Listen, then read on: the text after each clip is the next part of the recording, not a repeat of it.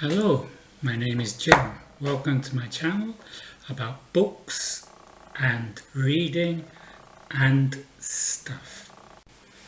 Today I want to look at another alphabetic tag. I want to look at the H tag. Here we have a happy hippopotamus in a hat. H is for honey and a happy hippopotamus in a hat and a helicopter and Harry Hill, hovercraft. Honda, horror, Handmaid's Tale, Hardy, hardback, Harry Potter. H is for Harry Potter. Lots of H's in Harry Potter. There's Harry, of course, Hermione, Hagrid, Hogwarts, Hufflepuff. And my question for Harry Potter is, how would you like to travel to Hogwarts? By flying car or by the Hogwarts Express, the train? H is for horror. Why do children like horror so much? Many of the books may be age inappropriate for children, but they love horror. It and character Pennywise are very popular among the children. Goosebumps by R.L. Stine was a very popular series for children.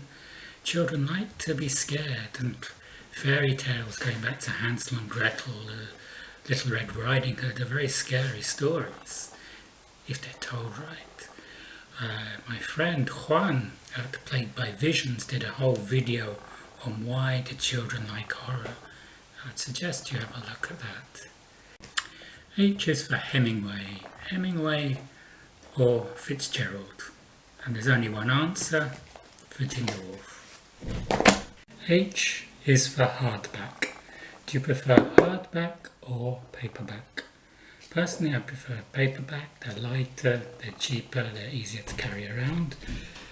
Hardbacks are more durable, they're more beautiful if you collect books. As you can see, there's no great bookshelf behind me, so I don't have any space at the moment for these hardbacks.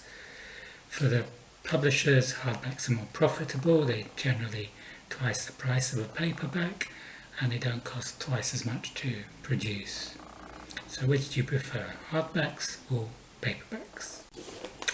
H is for Hardy, Thomas Hardy. What is your favourite novel by Thomas Hardy? Thomas Hardy was the rural equivalent of Dickens in some ways.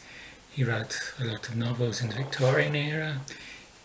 He lived until 1927, but his last novel was Jude the Obscure, written in 1897. Some say he stopped writing novels because of the criticism, particularly of his last two novels, Jude the Obscure and Tess of the D'Urbervilles. My favourite, I think, maybe this one, Return of the Native. The native of the title is Clym Yeobright, who's been abroad and has come back to his native Wessex to settle down. I like this book for the character of Diggory Venn, the Reddleman. On Facebook for a long time I had an alt called Diggory Venn because I like this character so much. A Reddleman is someone that paints the sheep red so you can see which sheep mates with which other sheep. So for this reason Diggory Venn's skin was always dyed red because of the product he used. It's a very interesting story. I also learned recently that the term cliffhanger came from Thomas Hardy, not from Return of the Native. In Victorian times a lot of novels were serialised, and one of these was the Hardy novel A Pair of Blue Eyes, and at the end of one of the episodes that was serialised, one of the central characters, Henry Knight, was literally hanging off a cliff, which is where we get this term cliffhanger from. H is for Hunger Games. Do you prefer Hunger Games or Harry Potter? I prefer the Hunger Games. I think it's got a more interesting story. Harry Potter's more about these elite wizard type kids. Hunger Games is more about the underdog rebelling against the system. Which do you prefer, Hunger Games or Harry Potter? H is for hot.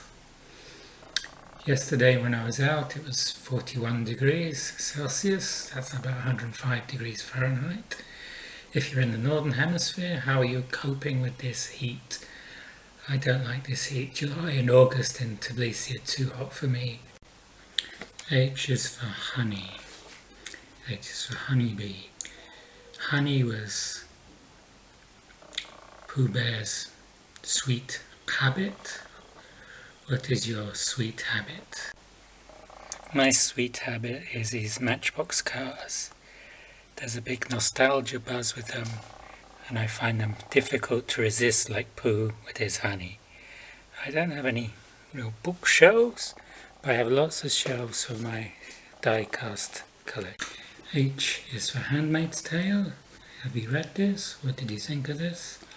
I really enjoyed it. I know Margaret Atwood is not to Steve Donahue's taste, but I like her fiction, I like her style of writing. This was a very prophetic tale about what could happen if women's rights were taken away overnight, that they were no longer allowed to have money, and that they would be subservient to men in a future patriarchal society. I haven't read the sequel to this, The Testaments, but I have read a lot of other Margaret Atwood novels. I think she's a great writer, one of my favourite living writers. H is for Hopper, Edward Hopper, the great American painter. This book is interesting, by Gail Levin. This is the only book I can remember being sent by an author. Yeah, she sent a dedication to me because I sent her some things for her Hopper collection. Hopper was very good at portraying the loneliness in the city. Lots of characters are isolated even when they're with somebody, like here in Chop Suey there's not a lot of connection between the two characters. Hopper's most famous work is probably this one, Nighthawks, where there's 4 characters in a bar at night in New York City, and there's not much connection between the 4. There's a man with his back to us, sitting alone, and even the couple, they don't seem to be very together. What do you think of the artist, Edward Hopper? And finally, who do I tag? I'll tag the history fella, which is Ben, Hannah at Hannah's Books, Dee at Heroine's Corner, James Holder, who's been doing all of these tags so far, and Hannah Tay. And anybody else who wants to do it, please feel free. So that was my H tag. If you like this video, you can like and subscribe below, and I'll see you on the next video. Hasta la vista, baby.